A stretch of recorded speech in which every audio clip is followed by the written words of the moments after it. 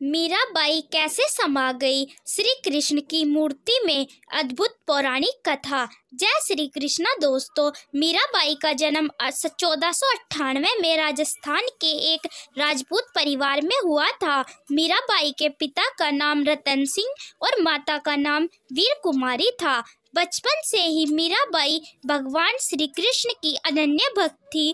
जब मीरा महज 4 साल की थी तब उनके घर के पास एक विवाह हो रहा था, जिसे देखने के बाद मीरा के मन में एक सवाल उठा, जिसके बाद उन्होंने अपनी माँ से बेहद ही मासूमियत से पूछा कि माँ, मेरा विवाह कब होगा, मेरा वर कौन होगा। तब उसकी माँ ने मुस्कुराते हुए पास ही में रखी भगवान श्री कृष्ण की मूर्ति की तरफ इशारा करते हुए कहा कि मेरी प्यारी मीरा, भगवान श्री कृष्ण ही तुम्हारे वर होंगे। ऐसा कहा जाता है कि इसके बाद से मीराबाई ने भगवान श्री कृष्ण को अपना स्वामी मान लिया था और पूरी तरह से इनके प्यार में विलीन होकर अपना पूरा जीवन उनके नाम कर दिया। कुछ समय बाद ही मीराबाई की माँ का निधन हो गया। मीरा को हमेशा से यही विश्वास था कि श्री कृष्ण उनसे विवाह करने जरूर आएंगे। जैसे जैसे मीरा बड़ी हुई, उनका ये विश्वास और भी दृढ़ होने लगा। मीरा बहुत ही कोमल स्वभाव की थी। वो गाना भी बहुत अच्छा गाती थी। कुछ समय बाद मीरा का विवाह मेवाड़ के महाराणा सांगा के पुत्र राणा सांगा से तय कर दिया गया। हालांकि मीरा ये शादी नहीं करना चाहती थी, लेकिन अपने परिवार के जोर देने पर उन्हें ये शादी करनी पड़ी। लेकिन विवाह के उपरांत भी मीरा का प्रेम भगवान श्री कृष्ण के लिए कभी कम नहीं हुआ। वो शादी के बाद विदाई के समय भगवान श्री कृष्ण की मूर्ति भी अपने साथ ले गई। ससुराल में वो सारा काम करती और जैसे ही उनके कुछ वक्त मिलता वो पास ही में श्री कृष्ण मंदिर जाती। वहाँ वो भगवान कृष्ण के लिए भजन गाती और नृत्य भी करती। कुछ समय में ही मीरा के ससुराल वालों को मीरा का ये प्रेम खटकने लगा। तब उन्होंने मीरा पर माँ दुर्गा की पूजा करने का जोर डालना शुरू कर दिया, लेकिन मीरा ने इससे इनकार करते हुए साफ कह दिया कि मैं अपना सारा जीवन श्री कृष्ण के नाम कर चुकी थी।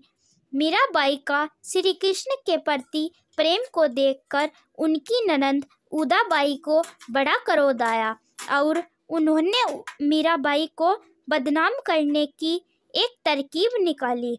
उदाबाई एक दिन अपने भाई के पास गई और उन्होंने कहा कि मीरा का किसी और से प्रेम संबंध चल रहा है और मैंने उसे एक आदमी के साथ देखा है।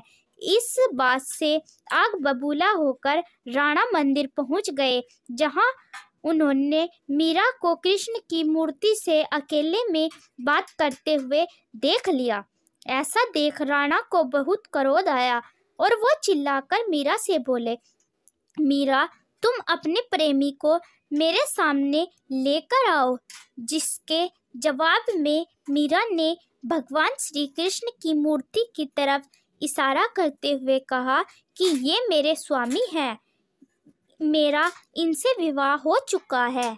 मीरा के मुख से ऐसी बात सुनकर राणा का दिल टूट गया। हालांकि बताया जाता है कि फिर भी वह पूरी श्रद्धा से अपना पति धर्म निभाते रहे और आखिरी सांस तक उन्होंने मीरा का साथ दिया था।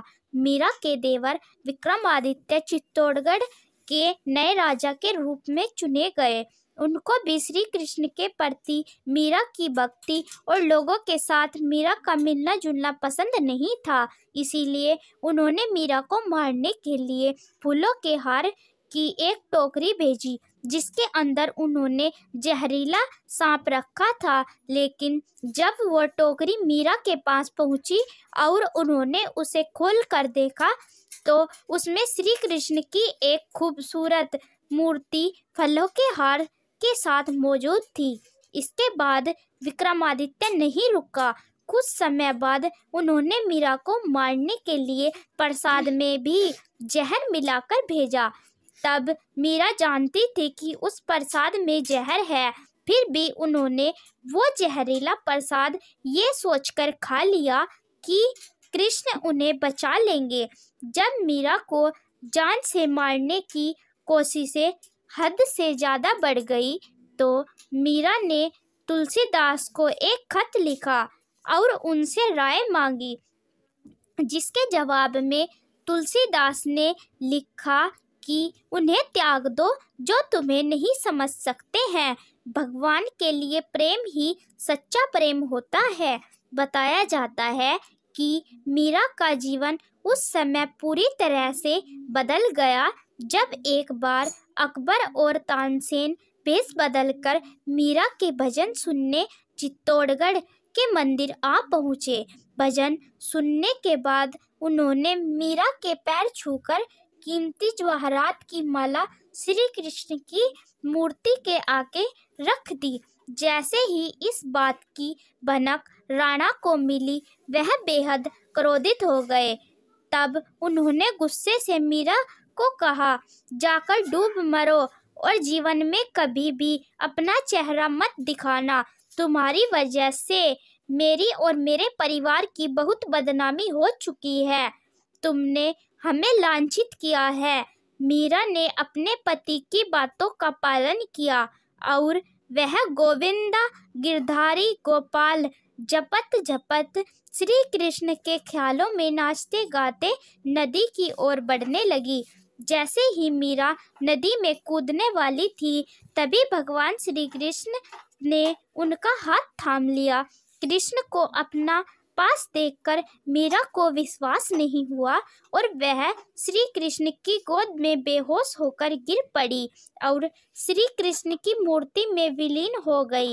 ये देखकर श्री कृष्ण मुस्कुराए और मीरा से बोले, प्यारी मेरी मीरा, तुम्हारा जीवन रिश्तेदारों के साथ खत्म हो चुका है। अब तुम आज़ाद हो, खुश रहो। तुम मेरी हो और हमेशा मेरी ही रहोगी। इसके बाद मीरा वृंदावन चली गई। कुछ समय बाद राणा मीरा के पास वृंदावन जाते हैं और उनसे अपने साथ चलने का आग्रह करते हैं, लेकिन तब मीरा उनसे कहती है कि मैं आपके साथ नहीं चल सकती, मेरा जीवन श्री कृष्ण से जुड़ा है। मीरा की ऐसी बात सुनकर राणा वापस चले जाते हैं। कुछ समय बाद मीरा खुद भी मेवाड़ आ जाती है और राणा से विनती करती है कि उन्हें श्री कृष्ण के मंदिर में रहने की इजाज़त दे दी जाए। बताया जाता है कि जन्माष्टमी के दिन द्वारिका में श्री कृष्ण के मंदिर में मीरा श्री कृष्ण से कहती है कि आओ गिरधारी, क्या आप मुझे बुला रहे हैं? मैं आपके पास आ रही हूँ। मीरा को ये कहते सुन राणा और वहाँ मौजूद सभी लोग हैरान रह जाते हैं। कृष्ण को पुकारते ही मीरा एक अंदर से एक तरह का प्रकाश उत्पन्न हुआ और मंदिर के कपाट खुद से बंद हो गए। जब दोबारा कपाट खुले तो मीरा की साड़ी कृष्ण भगवान की मूर्ति पर लिपटी हुई होती है, लेकिन मंदिर से मीरा गायब होती है। तब से माना जाता है कि श्री कृष्ण की मूर्ति में मीराबाई समा गई थी। धन्यवाद दोस्तों। आपको वीडियो कैसी लगी कमेंट में ज़रूर बताएं और